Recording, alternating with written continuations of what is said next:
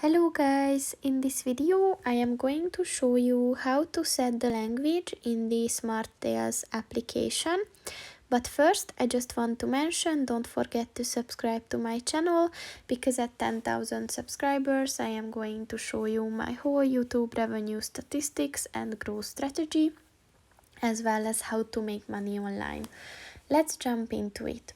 First of all, open the application on your phone and then click on the settings button at the top of the page,